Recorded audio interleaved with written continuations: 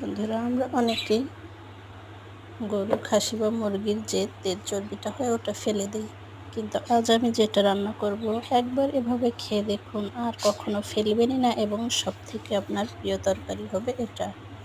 তো এই দেখেন আমি কিভাবে রান্না করি।